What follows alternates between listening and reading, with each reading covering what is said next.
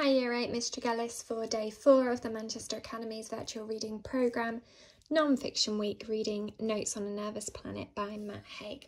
Off we go. Goalposts. You will be happy when you get good grades. You will be happy when you go to university. You will be happy when you go to the right university. You'll be happy when you get a job. You'll be happy when you get a pay rise. You'll be happy when you get a promotion. You'll be happy when you can work for yourself. You'll be happy when you are rich. You'll be happy when you own an olive grove in Sardinia. You'll be happy when someone looks at you that way. You'll be happy when you're in a relationship. You'll be happy when you get married. You'll be happy when you have children. You'll be happy when your children are exactly the kind of children you want them to be. You'll be happy when you leave home. You'll be happy when you buy a house. You'll be happy when you pay off the mortgage. You'll be happy when you have a bigger garden in the countryside with nice neighbours who invite you to barbecues on sunny Saturdays in July with your children playing together in the warm breeze. You will be happy to sing. You'll be happy to sing in front of a crowd. You'll be happy when your Grammy-winning debut album is #1 in 32 countries, including Latvia. You'll be happy to write. You'll be happy to be published. You'll be happy to be published again. You'll be happy to have a bestseller. You'll be happy to have a #1 bestseller. You will be happy when they turn your book into a movie. You will be happy when they turn it into a great movie. You'll be happy when you're a J.K. Rowling. You'll be happy when people like you. You'll be happy when more people like you. You will be happy when everyone likes you. You will be happy when people dream of you. You'll be happy to look okay. You will be happy to turn heads. You will be happy with smoother skin. You'll be happy with a flat stomach. You'll be happy with a 6-pack. You'll be happy with an 8-pack. You'll be happy when every photo of yourself gets 10,000 likes on Instagram. You'll be happy when you have transcended earthly woes. You'll be happy when you are at one with the universe. You'll be happy when you are the universe.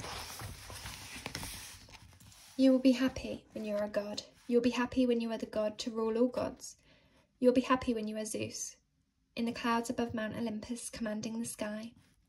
Maybe, maybe, maybe, maybe. Maybe happiness is not about us as individuals.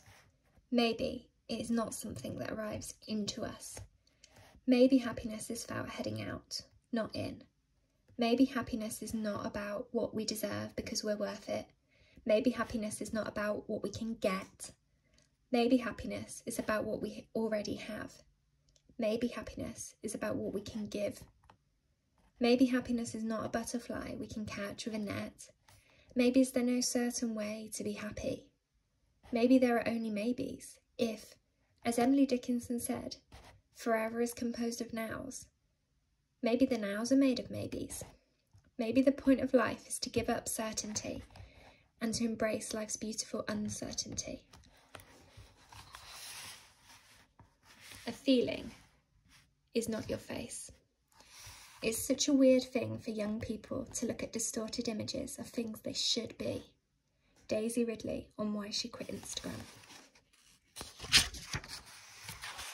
Unhappy beauties. Never in human history have so many products and services been available to make ourselves achieve the goal of looking more young and attractive. Day creams, night creams, neck creams, hand creams, exfoliators, spray tans, mascaras, anti-age serums, cellulite creams, face masks, concealers, shaving creams, beard trimmers, foundations, lipsticks, home waxing kits, recovery oils, pore correctors, eyeliners, Botox, manicures, pedicures, microdermabrasion, a strange cross between modern exfoliation and medieval torture by the sounds of it. Mud baths, seaweed wraps and full-blown plastic surgery. There are facial hair trimmers and nose hair trimmers and pubic hair trimmers or body groomers. You can even bleach your anus if the mood so takes you. Intimate bleaching is a thriving submarket. In this age of the beauty blogger, makeup vlogger and online workout instructor, there has never been such a plethora of advice on looking good. We are bombarded with diet books and gym memberships and dream abs, workouts and action hero workouts and face yoga videos we can access via YouTube. And there are ever more digital apps and filters to enhance what the products can't. If we so desire, we can make ourselves into our own unrealistic aspirations and create an ever wider gap between what we can see in a mirror and what we can digitally enhance. Women, and increasingly men, are doing more than ever to improve their appearance. Yet, despite all our new methods and tricks to look better, a lot of us remain unhappy with our looks. The largest global study of its kind, conducted by research group GfK and published in Time magazine in 2015, suggested that millions of people were not satisfied with how they look. In Japan, for instance, 38% of people were found to be seriously unhappy about their appearance.